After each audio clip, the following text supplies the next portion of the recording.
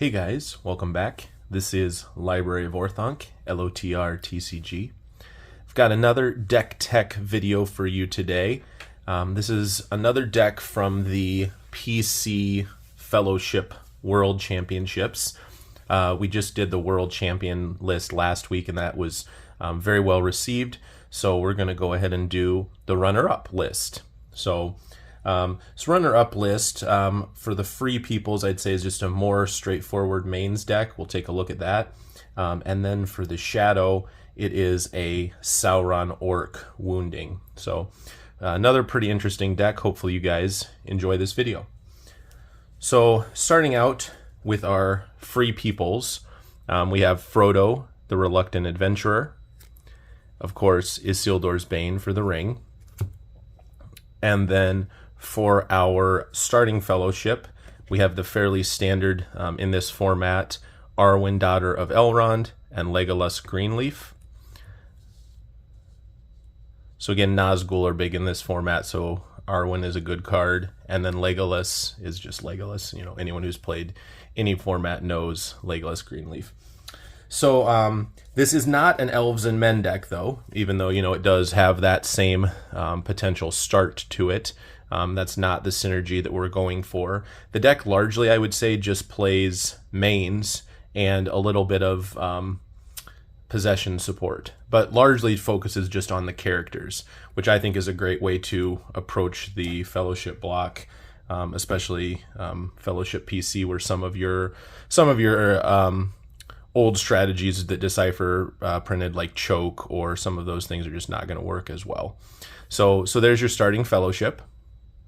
What I should say, this deck is by the Faker, and it is, again, the World Championship runner-up deck for the Fellowship PC format. So after our starting Fellowship, this is one thing I'd say is unique in this deck. Sometimes you see 4 copies of your top main. This deck actually runs 4 copies of 2 different mains, and that is Aragorn, Ranger of the North, full 4 copies. Again, great against Swarm to have that Defender +1 in there, but, you know, full play set. Make sure you get it early. Make sure you don't have to rely on the Prancing Pony. And then 4 copies of Gandalf, Friend of the Shirefolk. So just between getting one of your Aragorns down and then your starting Fellowship, which is Dwarf and Hobbit, then you are up to spotting 3 of these races already. So this is a 9 power natively, generally, if you get an Aragorn down. So just a fantastic statistical card. And then Gandalf is very important in the Fellowship format as well. You'll see this deck plays a couple copies of Sleep Caradress, very key for that. So 4 Gandalfs as well. Then for our Splash Companions, we have Boromir, son of Denethor, for pumping hobbits, as well as being a backup Gondor man. And Pippin of Tuckborough. I think this is a big sleeper V card that people have not caught on to like they should have. So again, you know, virtual set 1 here. So Pippin of Tuckborough has the effect, exert Pippin to prevent a skirmishing Shire companion from being overwhelmed unless their strength is tripled. So again, he's just like has the bounder ability, except on a companion. And he has the added effect of and makes them strength +1 if you can spot 3 companions with the Frodo signet. And this deck will be able to pull that off because Gandalf, Friend of the Shirefolk, has that signet. And then, so you may recall, Legolas Greenleaf has that signet. So again, just by getting your Gandalf down, you are going to get that extra strength +1, and that can really help, especially if you're targeting your ring bearer with this ability. Frodo is going to be a 3 +1 for the ring. You'll see he's also going to have O Elbereth Githyanel on him, so he's going to be up to a 5, get 1 off of this is a 6, and so then, you know, you're up to 18. So you're basically making him not even be able to be overwhelmed by a Balrog then at that point, which is just crazy to think of. The other thing to be aware of on this card is exert Pippin to prevent a skirmishing Shire companion from being overwhelmed. that may target himself, of course. So don't forget to do that. He's going to help himself stay on the table a lot more, so that if you need to save his ability for later, he's got very good vitality. You can always just use that ability to target himself. So I think this is a fantastic card. I'm not a huge fan of the other Pippin that all it does is, remove a burden or a wound. So I think this is the better Pippin. And then finally we do have Sam Proper Poet. Exert Sam twice to make him Defender +1. So this is the Suicide Sam here. So he's good at, generally just soaking up wounds, but can always be your alternate ring bearer, of course, as well. One thing I did notice in this deck list is we're playing 8 companions. So I would say along the themes, if you wanted to go up to a 9th companion, I'd be looking at Merry Friend to Sam, the one that you exert him twice to add his strength to the power of another companion. I think that would support what we're doing here with Hobbits, as well as it would get you your 9th guy that's just very splashable and can help other characters either win skirmishes or stay alive. So moving on to the weapons then. Weapons and possessions. We have quite a few. So first off, for Arwen, who we start, we do play Asphaloth. And again, this is just free on Arwen and increases her strength by 2. Again, I'm not huge on this in Fellowship just because it has to get discarded in the middle of the sight path, but again, it's still an okay card to run. Then we do have Gwemigol, 1 copy. If anything, I could see going up to 2 Gwemigol because it's just a fantastic card for cycling. Again, it depends on what you are paired with, but I would potentially look at having 2 of this just so you can run through your hand to get to the sweet stuff that you need. That's generally the best use of Gwemigol, but again, it does make Arwen a good fighter too. Strength +2, damage +1. Glomdring for Gandalf, fairly standard. And again, we've got 4 Gandalfs, so it's definitely going to be worth playing support cards for him.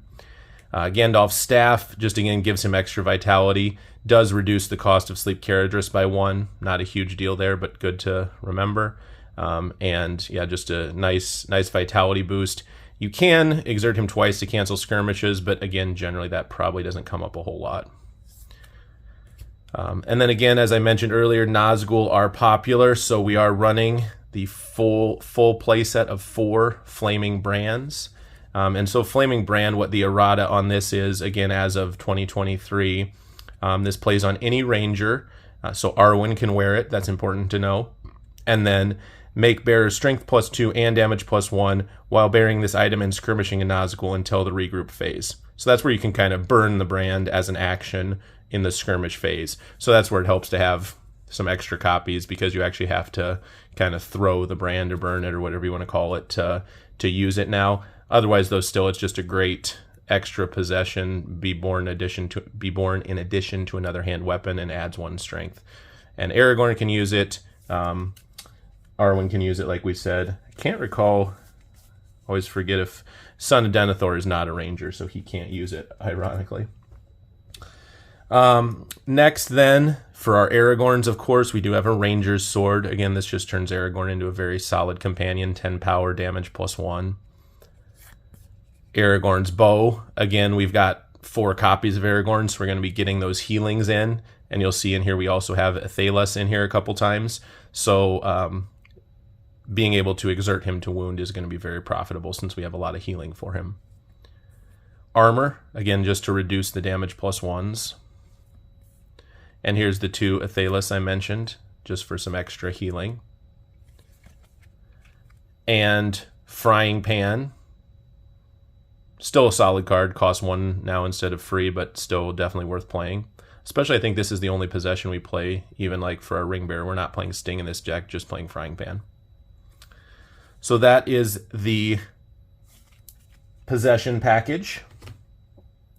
Next, we have our sole condition in this deck is O Elbereth Githionil. And we have some nice tech with this that I'll show you when we get to our sight path. Then, because we have so few conditions, we do not hesitate to play a double copy of Sleep Caradress. So we've got that in there twice. So we're really just going to be keeping our opponent's conditions just very well in check by being able to drop this, potentially even twice per game. And again, that's why we have 4 copies of Gandalf and a staff. We should very easily be able to exert to wipe the board of conditions. Very good card in Fellowship. And then lastly, for protection, we have a full play set of Hobbit Stealth. So again, we've got those hobbits in there, and we've got Frodo, just huge from sites 1 through 5, especially at site 5, canceling those Balrog skirmishes. Just cancel any skirmish. And then ladder sites, you can use it as a pump if necessary. So that's again, just very staple card of the Fellowship format.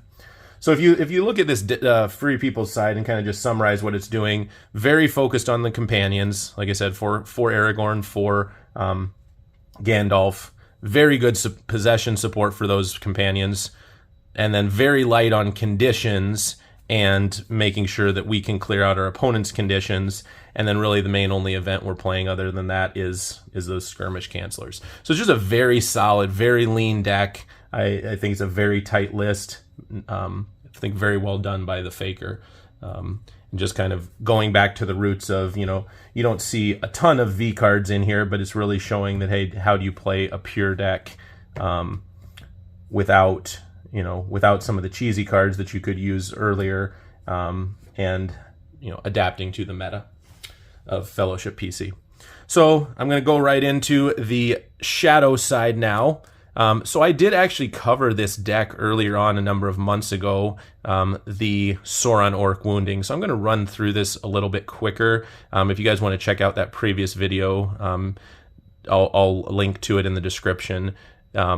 We reviewed a very similar deck to this earlier on in the series here. So first off, we've got Morgul Hunter, 3 copies. We've got the Orc Ambush Troop. That's a nice V card. We're playing a full play set of 4 of those. So again, it is a tracker, and to refresh you on what that does is when you spot an exhausted companion, this minion is an archer. So, get an extra archery just for any one person being exhausted. So that's very good. And then if you spot 3 exhausted, like towards the end, this actually gets even more powerful. So that's a very nice, well-designed card by the PC. And you can see here we're taking advantage of a full play set of those. Morgul Hunter is just in here for the body, just a huge, powerful character. Then the Orc Assassin. Again, these are kind of our staple trackers. I'm not going to really go through that. 4 Orc Assassins and 4 Orc Scouting Band. Those are just the absolute staples. Nothing different from this deck ever with those 8. We do have a heavy Enkea package here, so he's obviously wanting to really make sure that people don't go up to 6 companions. So you got 3 of those. But also you'll see what these Enkeas are good for is when we start to look at our events, we are actually also playing 2 copies of 2 Great and Terrible. So I really like that ratio, 3 Enkeas to 2 of that event. And again, that's just to keep our opponent's Gandalfs out of commission. So especially in conjunction with Hate, it's just fantastic to keep Gandalf off the table. So Hate can finish him off, or Hate can start it, and 2 Great and Terrible can finish him off. It's just going to be a very unfriendly environment to try to play a Gandalf against this deck. So that's kind of a different tech that wasn't in the original version I posted. So I think that's a nice spicy tech by the Faker of implementing that 2 Great and Terrible, which is a very popular card in this format, but generally seen only in Nazgul decks. Implementing that into the Sauron Orcs here and kind of increasing the NK count a little bit to be able to play that. Then we have Hate. Again, no surprise here. This is the staple card of the deck. 4 copies of Hate. Then we have Memory of Many Things to get rid of an ally. Another consideration there is the Tower Assassin, of course. But this one obviously, allows you to discard 2 allies if they are elves, and then you can put this down just for 2 on any Sauron Orc that you have. Versus the Tower Assassin does cost 6, 8 if roaming, and sorry, I said that wrong. 6 total, and another way of dealing with allies, but he's not a tracker himself. So got one copy of this in here, but again, Tower Assassin is another thing you could use in this slot or in addition to that. Gaze of the Eye, just got one copy in here. I haven't tested enough to know if you want one or two, but I really think you want this card to keep your conditions on the table. So absolute never go below one on this. You need to have this. The previous deck I think had two of these, but great, beautiful card designed by the PC there, and a much needed help to keep your conditions on the table when your opponent's trying to knock them off. And your conditions, of course, again, without going through this in detail too much, you've got your 4 copies of Bowman to add to the minion archery total, and your 4 copies of Under the Watching Eye to exert. So all that stuff is fairly straightforward. Like I said, if you want a more in-depth analysis of that part of the deck, go ahead and check out that other video. And last but not least, we have the Sight Path. And so we do start off with a PC card here, actually, a virtual card, the Bag End Study. And this is where I was mentioning our one condition in our deck. Oh, that's not it. Our one condition in our deck, the O Elbereth, we are able to pull off of the study. So the study says, when the Fellowship moves from here, exert a Shire Companion to play a Shire condition from your draw deck. So that's what this is going to be. It's just a nice little boost on our Ring Bearer, especially against Nazgul. But either way, you're going to, I'd say, get that against everyone just to get the strength bonus there. So interesting Sight 1. Again, because we play so many Aragorns and we start the companions we want, we don't need to get a certain Sight 1, so then that kind of lets us play this. That just gives us a small incremental advantage without giving our opponent a key companion like a Aragorn or a Sam or whatever. So Bag End Study.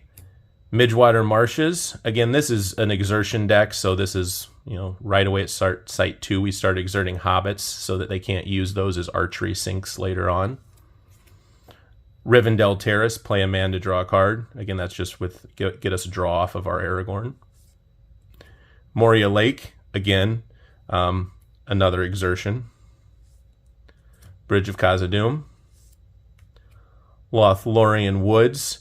Again, I'm thinking that this is just being played for the stats and to not give anyone else bonuses because we're not really playing elf allies, but you don't want to give our opponent bonuses that don't help us.